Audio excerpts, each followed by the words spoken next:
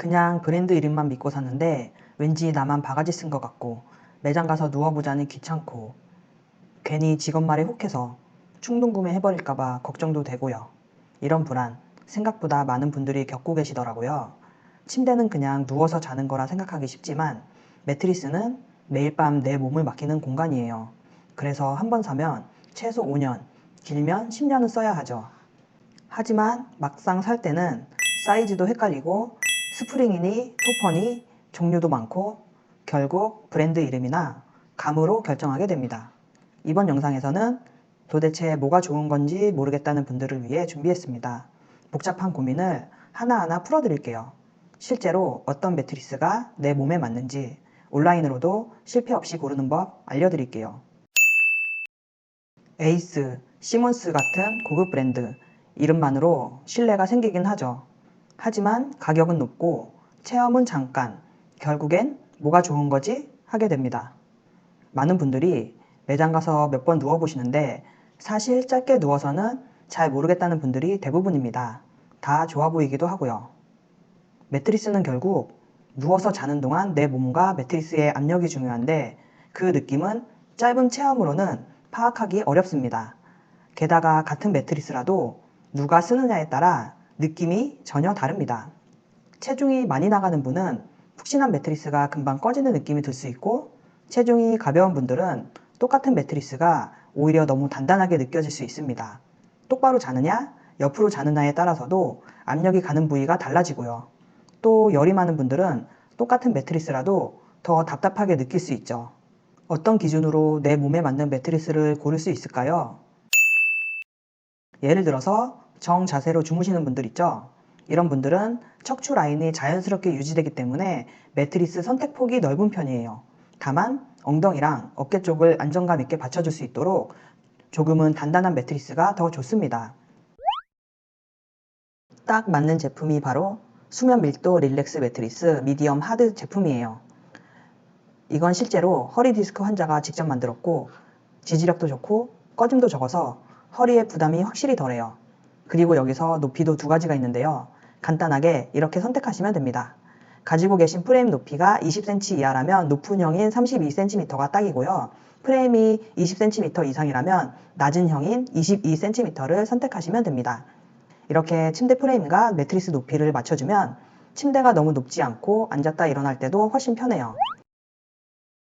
옆으로 자면 어깨와 골반에 압력이 확 몰리기 때문에 푹신하면서도 내 몸의 곡선에 딱 맞게 감싸주는 매트리스가 필요하거든요.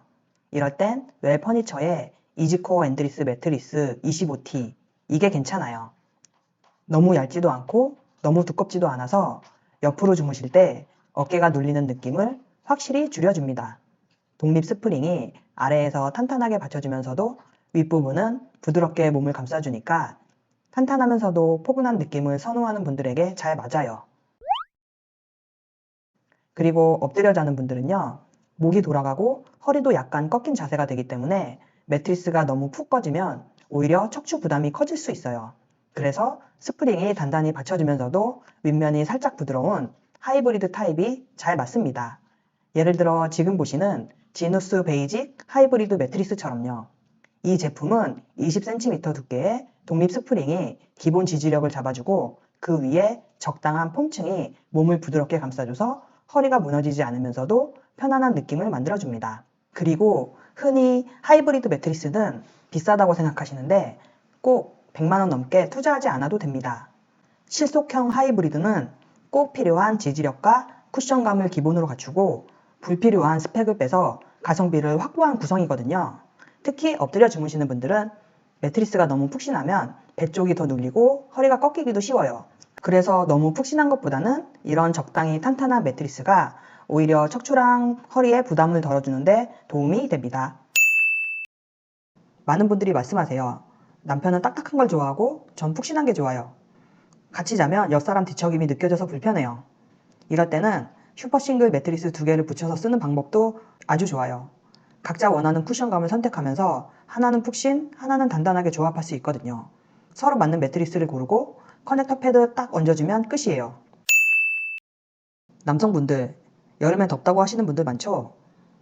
메모리폼이나 라텍스가 열을 머금는 구조 때문인데요. 천연 라텍스는 통기성이 좋지만 합성은 그렇지 않아요. 그래서 라텍스를 쓰고 더웠다면 천연인지 블렌디드인지 꼭 확인해 보세요. 라텍스라고 다 똑같은 건 아닙니다. 우리가 흔히 천연 라텍스라고 부르는 건 고무나무 수액에서 추출한 천연 원료로 만들어진 라텍스예요.